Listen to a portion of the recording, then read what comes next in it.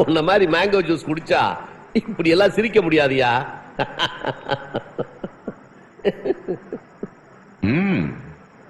ஏகப்பட்ட புத்தகம் போல இருக்கு.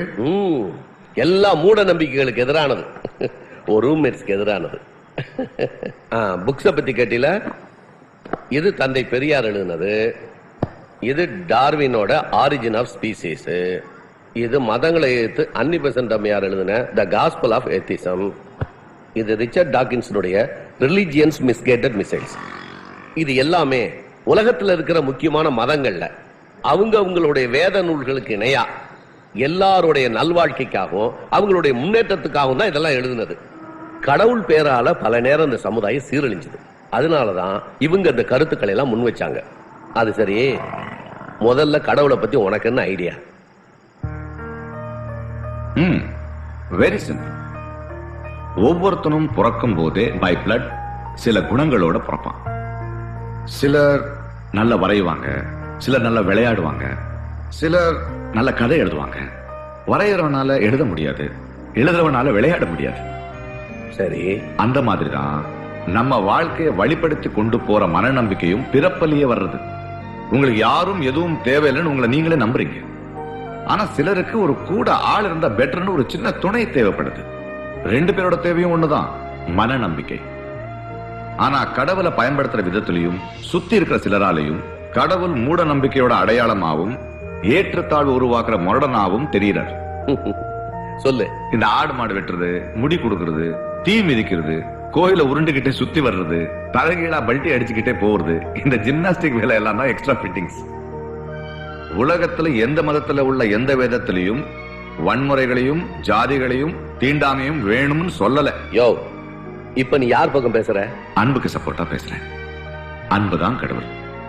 கடவுளோட மையப்புள்ளி அன்பு. இந்த டக்கால்ட்டி வேலையெல்லாம் என்கிட்ட வேணாம். அந்த மதக்காரன் கோயிலுக்குள்ள இவன் போக முடியாது, இவன் கோயிலுக்குள்ள அவன் போக முடியாது. ஏன்? அவன் கோயிலுக்குள்ளேயே அந்த ஜாதிக்காரன் போக கூடாது, இந்த ஜாதிக்காரன் போக கூடாது, 1008 நொல்ல. இதுதான் அன்பு இருக்கிற இடமா? இது தப்பா? தப்பு இல்லையா? இந்த பிரச்சனையை மட்டும் வச்சு பார்த்தா தப்புதான். ஆனா அதை அப்படி மட்டுமே பார்க்க வேணாம்னு தோணுது. வேற எப்படி பாக்குறது? உங்க கிராமத்துல எத்தனை வீடுகள் இருக்கு? 4000 வீடு இருக்கும். கோயில்? கோயில் ஒரு 3-4 இருக்கும். அந்த 4000 வீட்டுக்குள்ள எப்படி வாழ்றீங்க? 4 மதம், 400 ஜாதி. இந்த தெருவுக்கார அந்த தெருவுக்கு போக மாட்டான், அந்த தெருவுக்கார இங்க வரமாட்டான், இவன் அவனுக்கு பொண்ணு கொடுக்க மாட்டான், அவன் அவனுக்கு தண்ணி கொடுக்க மாட்டான், காலு மேல காலை போட்டுட்டு இருக்கிற ஒரு குரூப், கையை கட்டிக்கிட்டே நிக்கிற இன்னொரு குரூப். இதெல்லாம் சரியா? கோயில் பிரிவினை மட்டும்தான் உங்க பிரச்சனையா? எல்லாரும் சமம், எல்லாரும் மனசுங்கன்னு ஊரை மாத்துங்களே, கோயில் தானா மாறும்.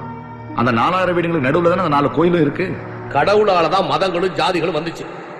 அதனாலதான் கடவுளை வேணாம்னு நினைக்கிறேன். கஷ்டம் ருத்ரன், முடியாது. ஏன் முடியாது? ஏன் தலைமையில நான் சாதிப்பேன். கஷ்டம்னு ஏன் சொல்றேன்னா, நீங்க உங்க தலைவனோட கொள்கைகளை படிச்சு புரிஞ்சுக்கிட்டு அந்த பக்கம் போனவங்க.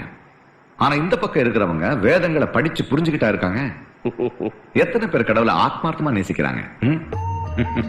பாதுகாப்புக்கு நிக்கிற போலீஸ்காரனுக்கு கிடைக்கிற மரியாதை தான் அவருக்கும். எல்லாரும் வந்து உலகம் நல்லா இருக்கணும், அதை படைச்சவனுக்கு நன்றி சாமி நான் வந்து கும்பிடுறாங்க. என்ன ருத்ரன், ஒண்ணு ஒவ்வொரு பிரச்சனைகளை புலம்புவான், இல்லைன்னா ஜீவன் தரங் LIC பாலிசி மாதிரி பிரச்சனைகளே இல்லாத பாதுகாப்பான வாழ்க்கைக்கு வழி கேட்பான். முக்கியமா உங்க தலைவன் பாவ மன்னிப்பெல்லாம் வழங்க மாட்டான். ஆனா இங்க கடவுளுக்கு ஃபுல் டைம் ஜாபே அதானே. கடவுளோட மார்க்கெட்டை கவுக்குறது ரொம்ப ஈஸி. சரியான நெட்வொர்க்கோட ஒருத்தனோட தினசரி சின்ன சின்ன பிரச்சனைகளை உன்னால தீர்த்து வைக்க முடிஞ்சாலே போதும், கடவுள் காலி. ஆனா நீ கடவுள் ஆயிடுவ. ஏன்னா அவங்களுக்கு தேவை ஒரு துணை.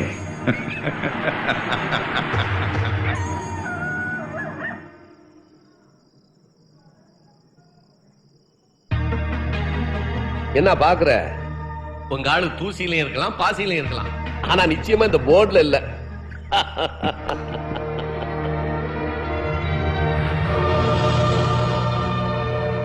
Good night Rudran.